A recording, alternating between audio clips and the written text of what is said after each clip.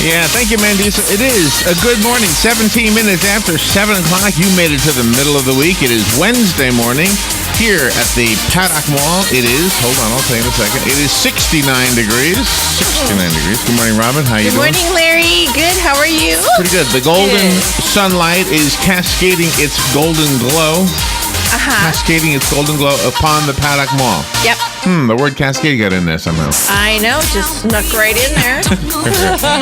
Palm trees look beautiful outside the window. And we've got thunderstorms in the forecast for today, but it's a typical June day. Yeah. Here in Ocala, Florida. Thunderstorms are always part of the, there were a few years we didn't have them. And it was all because of that global warming thing. I'm not really sure. Of course. But everything's back to normal now, so stop panicking. We fixed it all that problem we had. It's all done. Yeah. The lakes are filling up again with the afternoon thunderstorms in the summer, just like it was years ago. Yeah, everybody's happy. Somebody fixed it all. I don't know who did it, but thank you for doing that. We got a good show this morning, Robin. Yep. 7:35 yesterday. The county commission made lots of decisions and lots of things in the news regarding some of those decisions. And I don't know if it's the bottom line, but it's the headline. Oh, okay. That the taxes have been proposed to go up, and if they go up, you're going to see a few new deputies out there, a few new corrections officers in the jails, a few new paramedics, I believe, and everybody's going to get a raise, and the parks are going to be fixed, and the potholes are going to be filled. Oh my gosh! And lots of cool stuff happening by raising the taxes. Yep.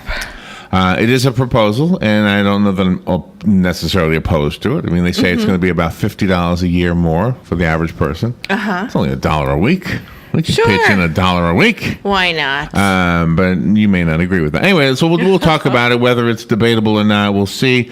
But we will talk about the local news in 7:35. We'll talk about this local news story and use the Star Banner article as a resource for that one, since they've done a very comprehensive job at that. I would never want to use something like that without making sure that everybody knows where I got it from. Exactly. So at 7:35, we'll talk about that. And 8:35, we'll talk about the news in brief. Once in a while, Star Banner articles get into News Bites. We take the news from around the world, around the nation, around the state, and around town. And we read those stories in brevity. We shorten them. We shorten them. Yes, we do. And it's what we do every day. 9 o'clock today, 9:05. We've got a fun topic for 9:05. This is a good time of year to go outside. And if you're really careful, you can hear sex. Oh, I hear a lot of noises out there. Lots of noises. Yeah. Almost every one of those critters that you hear is calling for a honey. Oh, boy. Almost everything you hear out in the wild is an animal calling for another animal. Yeah, and they're loud, too. They are loud. Very And loud. they have their own interesting songs. And so there was an article written by a professor at the University of Florida, and I was reading the article, and he was so kind to give some links to some audio sound bites. So I have the sound bites. And it's kind of a cool subject, actually. If you go out in the evening and you hear all these sounds, and you say, well, what is that? Well, what does that sound? Well, what does that sound? Well, I'm going to try my best to educate us all, not you, because I don't know this stuff either. But we're going to listen to these sounds, and we're going to say, I've heard that. I didn't realize that's what that was. And basically, what you're listening to is, somebody looking for a honey. Yeah. It's the best way I can put it. Best way I can put it. Yeah. Do you know, even those little lizards, they call them anoles, Anoles, is that how you pronounce it? Even they make a sound. I listened. I don't think I heard it. The person who made the recording was clearly in a wild place, because you can hear birds. I know that wasn't the anole, unless they were, I don't know. But anyway, they make a noise. I don't have it, and I don't think we can hear it, is what I guess the point. We can see it, though, because it's got its little throat thing. That that may not be a sex thing. Oh, okay. That may be. Well, I'm not so sure. We'll find out together. Oh, wow, nice. But I think that might be a warning. Hey, don't mess with me. Look, I got this big thing bubbling out here. Don't try to. I don't know if you're thinking about eating me, but if you are, look at this thing. This is expanding from my neck. Don't even think about it because I don't taste that good. And here's proof. Right here. Of course, the frogs that eat those things. And I got that too. The frogs. Yeah. Wow. This is so awesome. So we're going to talk about wild sex at 9:05. Wildlife sex. Oh. Mike Bond is coming out at 9:35. He's been with us before. He's an award-winning poet, a human rights correspondent. A human rights correspondent. How do you do that? He was deemed the master of the existential thriller by the BBC. Anyway, he's got a new book. It's called House of Jaguar. It's a thriller novel based on his own experiences in Guatemala from 1983 until 1985 as a war correspondent. Yeah. And a human rights correspondent. So we'll find out what that is, and looking forward to hearing about the book. Yeah, really interesting stuff. He was really in the thick of things during their revolutions over there. Brad Nemo is coming Huge. into the studio at 10:05. Brad is the president and CEO of Habitat for Humanity of Marion County. He's coming in with the very beautiful Sarah Isaacs, who was with him last time he came in, right? Yeah, for the Strawberry Festival. She's the development coordinator for Habitat for Humanity. Now, last time, yes, they talked about strawberries. This time they're talking about mud.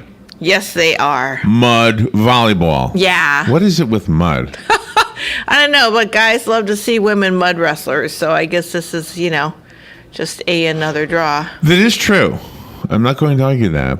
But if you go to like the convenience store and you park next to this big truck, like a pickup truck with gigantic wheels, and the thing is covered with mud. Yeah. And you go into the store and there's a couple of guys sweaty and just laughing and talking about the fun they had. And if you happen to strike up a conversation with them, what's going on here? What, did you guys get stuck somewhere? No, we went to a mud thing, mud bog, whatever they call it.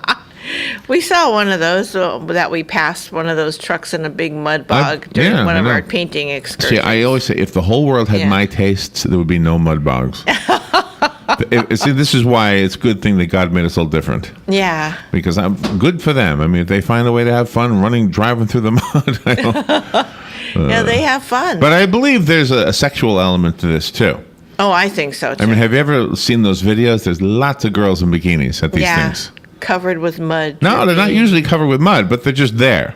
Yeah, that's They're just riding around on the back of these four-wheel things. I have a four-wheel thing. It's called a car. Yeah, you do. Thank you, Matt. It's working without a sound. Yeah, it's Matt's a great guy. Legally Yours today at 10:35. John Fuller hosts that program. He's an attorney at the law firm of Fuller and Fuller. His wife Janet actually is a host too, but she doesn't show. I think she showed up one time in the 2 years he's been doing the show. Yeah. But John will be here to answer your questions about the law, about Social Security issues, about an accident maybe you were in, and legal advice is something you might benefit from, et cetera, et cetera. Maybe you're going through a divorce. I hope not, but you might be. If you are, you'll get through it. That's right. You just don't panic. Laws are changing. Don't despair. Making it more fair to men. Harlem Globetrotter Buckets Blakes is coming on at 11:05. We've had a few Harlem Globetrotters over the years. Have we had buckets before?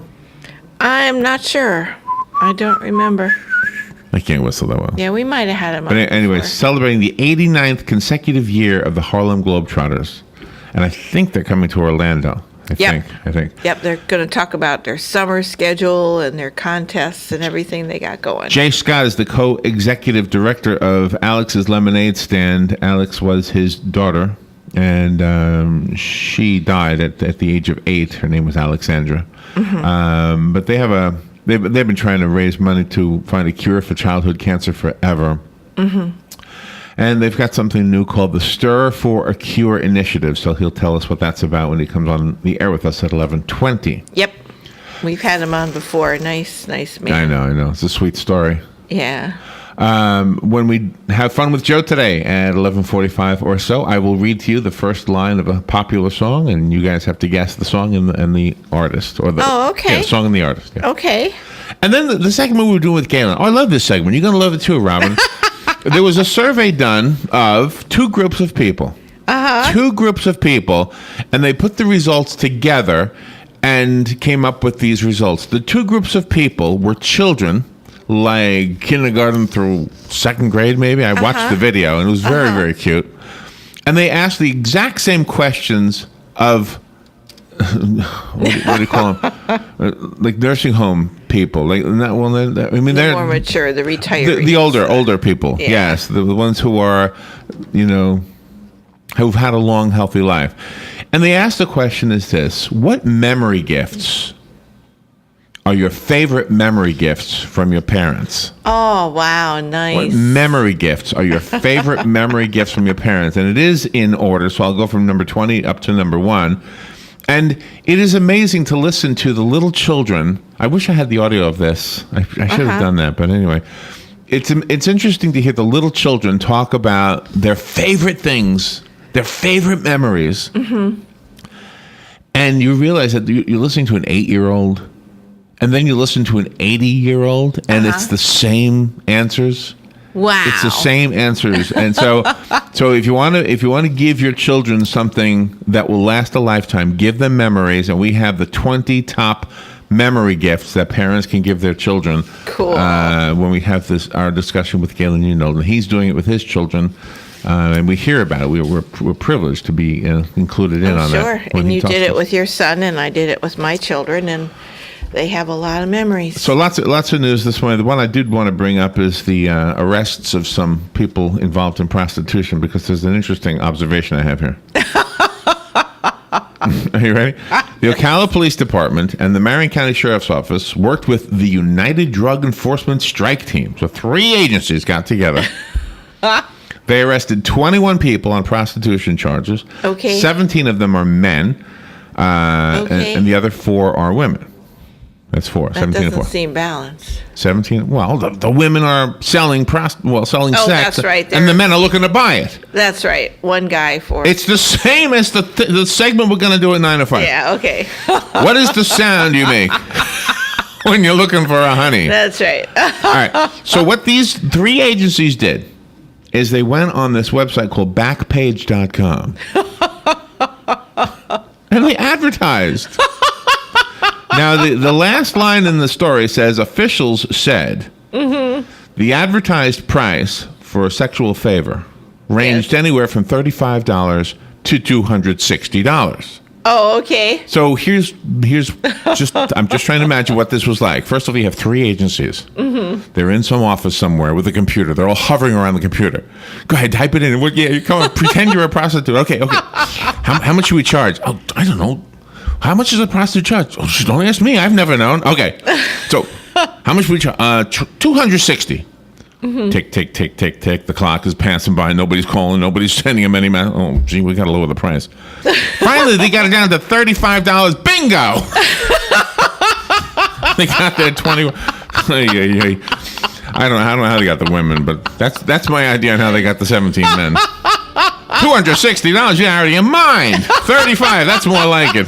There you go. All right, we'll be right back. We're going to talk about local taxes when we come back. This is The Source, WOCA.